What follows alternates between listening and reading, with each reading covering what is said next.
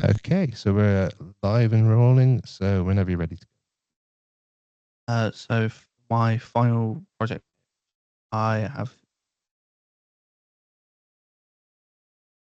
the general overview of what I plan to do is a sort of ruined kingdom with like haunting themes to kind of show the fun part of the Forgotten Realms idea.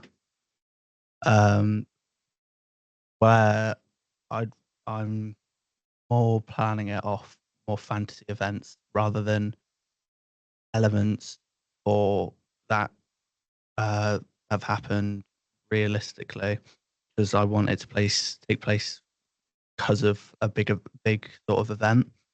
And I can't really do that much if I was basing it off real life rather than fantasy. For the genre and format, I'm hoping to make a horror fantasy environment. carefully. Um, and I plan to make some ambience to help uh, prov- help show that idea of it being empty.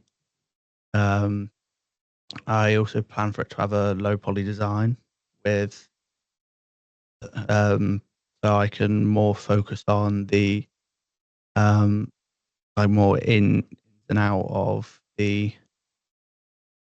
um, the story slash like background. I plan for it to be around 10 to 15 hours of gameplay, price about of 10 to 20. And I have the idea of making the player as a historian or scientist to see for like past life or past signs of something there. The inspiration I have is the castles, a lot of the ruined castles around the UK, but specifically the Dunstanburg castle. And the idea of the cataclysmic event mostly comes from like Chernobyl and the ruination event in the lore of legends. And I hope to sort of uh, find a way to not just steal and rather take inspiration. Some issues could be there's no easy way to include a wide representation, a wide range of representation, as it is only just one character in an empty place. Um, uh, for age ranges, it will use the PEGI system, most likely be 12. And I'll include warnings of epilepsy or any other conditions if it seems necessary, and like contrast levels and colorblind mode to reach a wider audience. Help specifically with people who need it. For my research, I plan to um, I plan to re- look into to develop the story for a more older range of audience, because there's certain themes I want to elaborate on, which would only work for a higher older audience. And there's some for like more specific research. There's a lot of like abandoned buildings, like places around my local area. So I plan to look at how they are and like what they look like after a certain amount of time, so I can try and sort of imitate that sort of feel. Um, I plan to use a Gantt chart to uh, track my time and like set out what I'm going to do when, so I can so I can more specifically plan out what I want to do or what times. Some of the resources I have access to include 3ds Max for modeling, Unreal Engine for the actual level design, Substance Painter for more in depth, um, model like textures, and BandLab to create the ambience that I'm planning on. And finally, throughout this, I hope to improve my skills throughout every aspect of the course.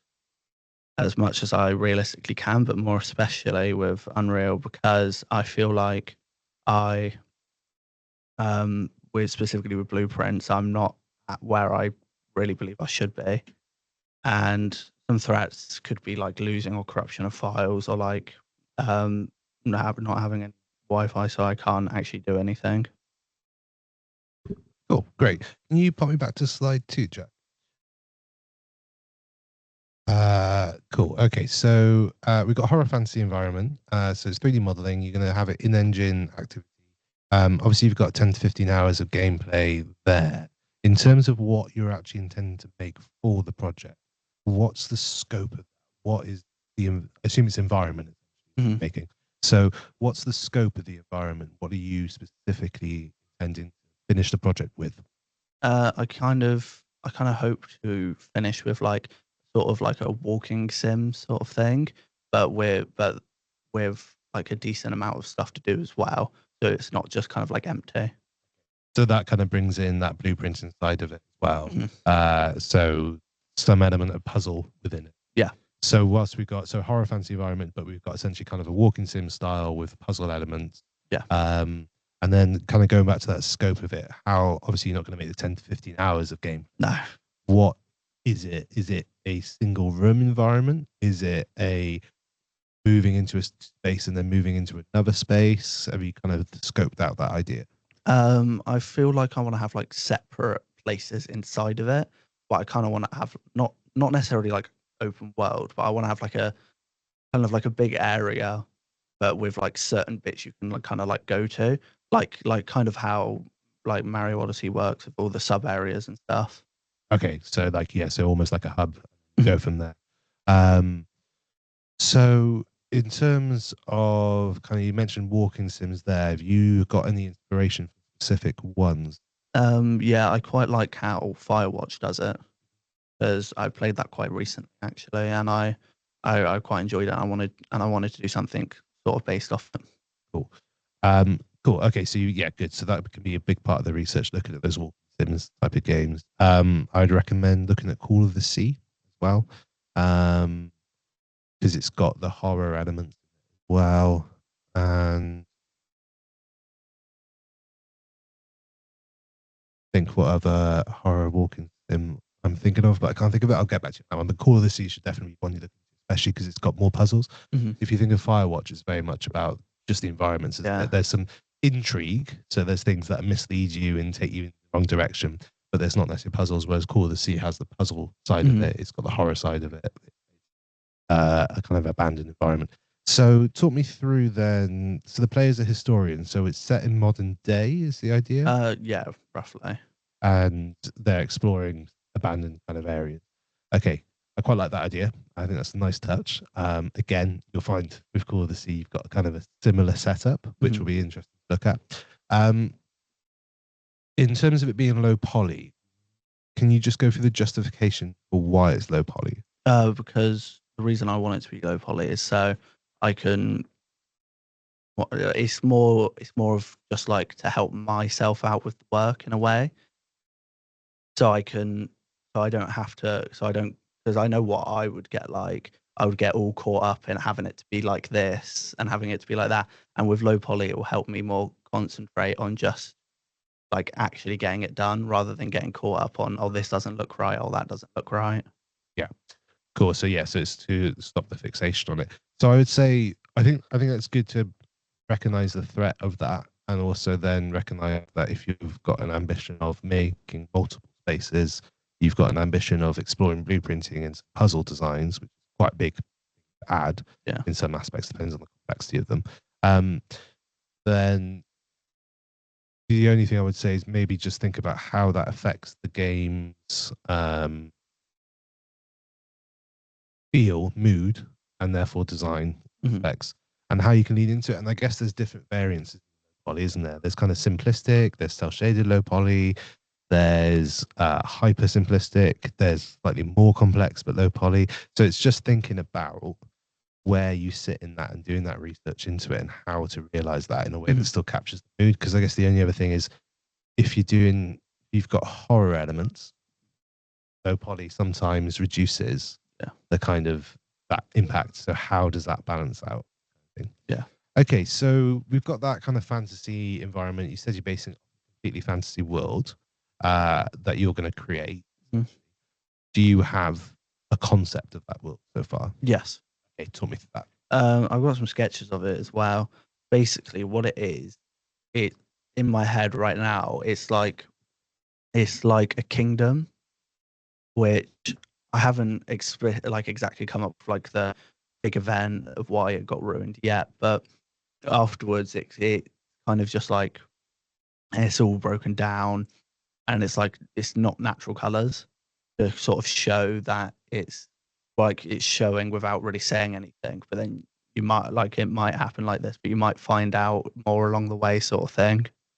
So yeah, so kind of maybe exploring the idea that they had some kind of technology that they were advanced in that ruined them or something along those lines or corrupted.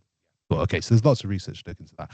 What I would say is, whilst you've got things where you can look at other games and you can look at things like Arcane, even when you look at that, and a whole, I would be tempted, or not be tempted, I would try and diversify that out, look at other narratives that tell that. So whether that's in books, comic books, graphic novels, that kind of stuff, quite a recurring theme. Yeah. And you might find from exploring wider research, you get a bit more inspiration for variances. Yeah.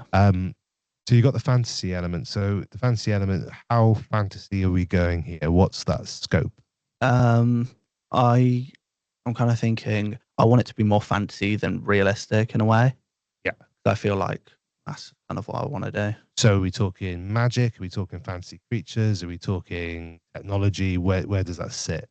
I'd feel like kind of like just under magic sort of thing, you know, like not real, but not real. You know what I mean? Yeah. So focusing more on that technological development, this is kind of an alternative path that this of humanity took at one point, and the kingdom collapsed. Yeah. Exploring it. Cool.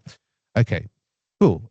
So I think for me then, I think what you want to do is really start to think about that scope and reflection, especially if you think about expanding your blueprinting, which I think is a good idea to identify, that's an area that I want to grow. What is it you're going to develop in? What are some of those things and how they're going to feed you into puzzles?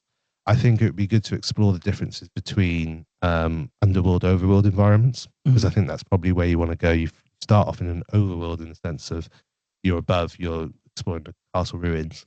You might want to enter an underworld, and therefore you fall into a dungeon, a Gooblet, whatever. Oubliette, sorry. If you think with that, then I think it's probably worth you looking at conventions of horror and conventions of fantasy in terms of narrative. So a narrative trope for horror is often you'll have someone leaving the normal world and going through a gateway into a different world. So if you think about a horror film, people go on a trip from a city and they enter the countryside and attacked or whatever. That's that movement into that space. With your story, it's that movement from the normal existing world into this castle ruin space. If you have that kind of underworld section, that's that movement through to it. So look at how that plays out. Look at how that's paced in horror narratives, and you'll find it in horror games. The standard thing. So I think horror fantasy genre research. I think a good look at other walking sims and horror walking sims. I'd start with Call of the Sea. I'll have a think of some more for you. I think work out what it is you are thinking from that point then of spaces that you wish to design. I think do some deep dives into low poly art styles and look at the variances and look at what you can achieve and how you're going to represent that. And I think you probably need to be thinking about within a couple of weeks, what is the actual scope of this? Is it achievable? Because if we're talking 5-6 rooms and then you look at the styles, look at the blueprint, okay, that might not be doable. What might you then trim it down to?